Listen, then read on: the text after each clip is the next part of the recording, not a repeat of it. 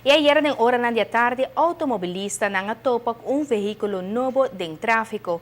Avioneta que estava a correr rond de nos carretera ng sin kunota riba su mesmo mobil nang. Durante hora nang di meinta, truck estava a carga avioneta direção para Santa Cruz. A avioneta aqui, propriedade do piloto F. Trump, persona com nota desconhecida na comunidade.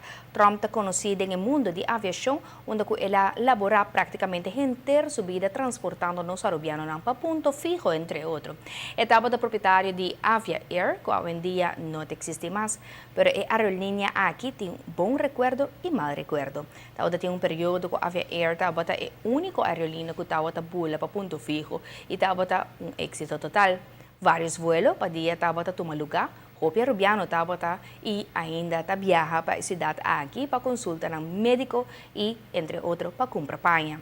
Es aqui apone que a companhia a prosperar e a crescer durante anos.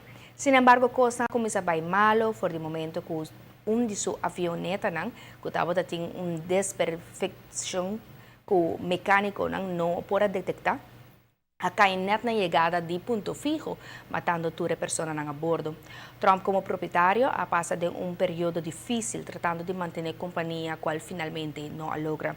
Pero agora ela queda com a avioneta e por conta da história de sua experiência que ela passa a dentro. Finalmente, Trump ha decidido transportar sua avioneta para terreno que tem na Moco, onde já acaba de outra avioneta se estacionar e tem plano para o futuro para essa aqui.